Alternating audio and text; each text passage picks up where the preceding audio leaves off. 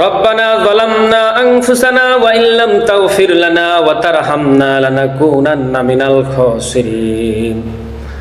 রব্বুল আলামিন, বছরের সবচাইতে শ্রেষ্ঠতম মাস হচ্ছে রমজান মাস। এই মাসে কোরআন নাজিল হয়েছে। রব্বুল আলামিন জীবনের সমস্ত গুনাহগুলোর সামনে নিয়ে গোলামের মতো মাথা নত করে দিয়ে ভিক্ষার মতো করে দুহাত তুলে তোমার শাহী দরবারে হাত তুলেছি। রব্বুল আলামিন, দয়া করে মায়া করে তুমি আমাদের জীবনের সমস্ত গুনাহগুলো মাফ করে দাও। সুবহান রাব্বিকা রাব্বিল ইজ্জাতি আম্মা ইয়াসিফুন, সালামুন আলাল মুরসালিন, ওয়ালহামদুলিল্লাহি রাব্বিল আলামিন। লা ইলাহা ইল্লাল্লাহু মুহাম্মাদুর রাসূলুল্লাহ সাল্লাল্লাহু